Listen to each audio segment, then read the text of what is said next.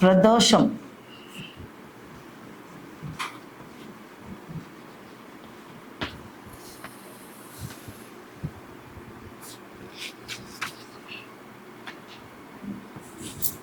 ஓம்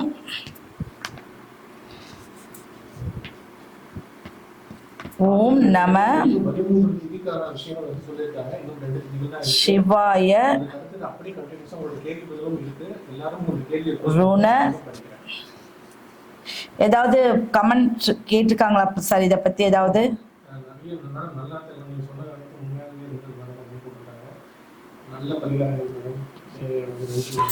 நிவர்த்தியே நமக.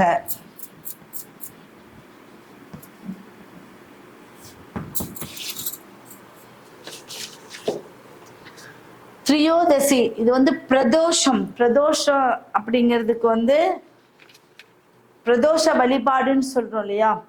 அப்போ இந்த பிரதோஷ வழிபாட்டுக்கு உகந்த நாள் இந்த திரியோதசி. இந்த திரியோதசி நாள்ல தான் சிவன் ஆழகால விஷத்தை இங்க தனக்குள்ள வச்சுக்கிட்ட நாள். நந்திக்கு நடுவில் நின்று தேவர்களுக்கு அருள்பாலித்த நாள். அப்படி சொல்லிக்கிட்டே போலாம், நிறைய விஷயங்கள் இருக்கு, புரியுதுங்களா?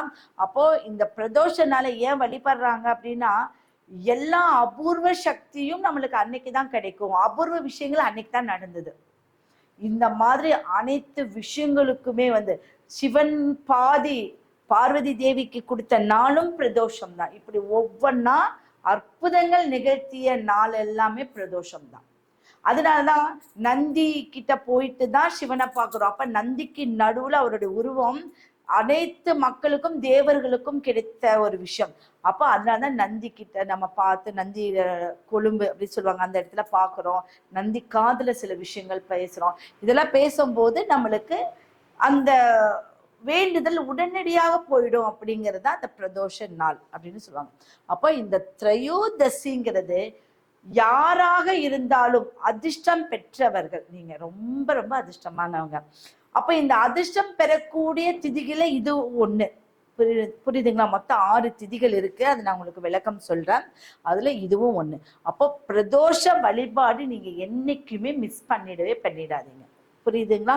அப்ப இந்த திதியில பிறந்தவங்க, திதியில உங்களுக்கு என்ன சூனியம் ஆயிருந்தாலும் பெரிய லெவல்ல உங்களுக்கு பாதிப்பு கொடுக்காது. இந்த திரியோதசியில என்ன சூனியமானாலும் பாதிப்பு பெரிய லெவல்ல கொடுக்காது. அப்போ இது சக்தி குபேர சக்தி உடையது. இந்த சக்தி குபேர சக்தி உடைய அமைப்பு, இந்த பிரதோஷத்துடைய அமைப்பு. அப்ப இந்த திதியில நீங்க என்னைக்கு பிறந்திருக்கலாம் அந்த நாள் ஏதாவது ஒரு கோயில், நீங்க உங்களுக்கு பர்டிகுலர் கோயில் நான் சொல்றேன், ஆனா ஏதாவது ஒரு சிவனாலயத்துக்கு நீங்க போயே ஆகணும். ஒரு பழைய சிவனாலயம் நீங்க வச்சுக்கோங்க. பழைய சிவனாலயமும் எந்த நேரத்துல போகணும் அப்படின்னா, உங்களுடைய திதி எப்ப ஸ்டார்ட் ஆகுது, எப்ப முடியும், அந்த இடைப்பட்ட நாள்ல காலையோ மாலையோ ஏதாவது ஒரு நாள்ல நீங்க பழைய சிவனாலயங்கள், அதனால நான் பர்டிகுலரா இதுக்கு உங்களுக்கு ஆலயம் சொல்லல, பழைய சிவனாலயம் எங்கெல்லாம் இருக்கு, ஏதாவது ஒரு ஊர்ல, நீங்க ஏதாவது ஊர்ல ஒவ்வொரு மாசம் நீங்க போனா கூட பரவாயில்ல, இல்ல ஏதாவது ஒரு டைம் ஒரு விஷயத்த பண்ணா கூட போதும். அப்போ பழைய சிவன் ஆலயத்துக்கு போய் நந்தி தேவரையும் சிவனையும் நீங்க கும்பிட்டு வரும்போது குபேர அம்சம் உங்களுக்கு கிடைச்சிடும், குபேர வளம், புரியுதுங்களா? அப்ப இதுல பிறந்தாங்கன்னா குபேர வளம் பெறக்கூடிய ஒரு யோகத்தை உங்களுக்கு கொடுத்துரும், புரியுதா? அப்ப இந்த திதியில பிறந்தவங்க கண்டிப்பாக பழைய சிவன் ஆலயத்திற்கு செல்ல வேண்டும். நீங்க சிவலிங்கம் அதுல இருக்கக்கூடிய ஆலயத்துக்கு போங்க. இந்த நடராஜர் அப்படிங்கக்கூடிய நடராஜர் உருவம் கொண்ட இடத்துக்கு விட உங்களுக்கு சிவலிங்கம் இருக்கக்கூடிய இடத்துக்கு போகிறது இன்னும் ரொம்ப விசேஷமாக இருக்கும், சரிங்களா? அடுத்தது ஓம் நம சிவாய ருண நிவர்த்தியே நமக. ஓம் நம சிவாய ருண நிவர்த்தியே நமக அப்படிங்கிறத நம்ம சொல்லும் போது நம்மளுக்கு அனைத்து விஷயங்களும் அடியோட கெட்டதில் அழிந்து நல்ல விஷயங்கள் வரும். நம்மளுக்கு காதுல கேட்கறது எல்லாமே நல்ல விஷயங்களாவே இருக்கும். நீங்க இதை ஸ்டார்ட் பண்ணுங்க.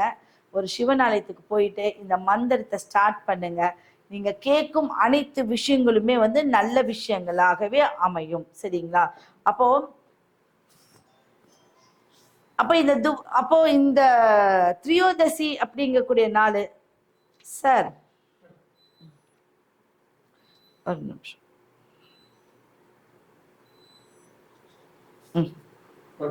ஓகே, அது ஏதோ இதான மாதிரி இருந்துச்சு அதுக்கு. இந்த திரியோதசிங்கிற நாள்ல வந்து வில்வ சிவனுக்கு என்ன உங்களுக்கு ரொம்ப வந்து பிடித்தமான ஒரு விஷயம் இருக்கும்? நம்மளுக்கு வந்து வில்வ இலை. அப்போ இந்த வில்வ இலை அப்படிங்கிறது ரொம்ப விசேஷம். அதுல வந்து பாத்தீங்கன்னா 5 இதழ் 9 இப்படி நீங்க கேள்விப்பட்டிருக்கீங்களா? அதுவும் ரொம்ப கேட்டாதான் கிடைக்கும். அந்த மரத்துல பாத்தீங்கன்னா அந்த இலைகளுடைய எண்ணிக்கை டிஃப்ரெண்டா அந்த வில்வங்கள் இருக்கு. அடுத்தது வில்வ பழம் நாட்டு மருந்து கடையில கண்டிப்பாக கிடைக்கும்.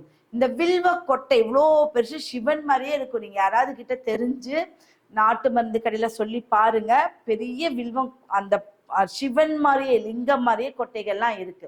அதை வாங்கி வீட்டுல பூஜை பண்ணா இன்னும் சிறப்பாக இருக்கும். வில்வ பழம் கொட்டை வாங்கிக்கோங்க, அதை உடைக்க வேண்டாம். அதையே சிவனாக நினைத்து வில்வ இலை கொண்டு பூஜித்து தினம்தோறும் ஒரு விளக்கு போடுங்க. அந்த வில்வ கட்டை காலம் பூரா உங்ககிட்டே இருக்கும். அந்த வில்வ கொட்டைனே கேளுங்க.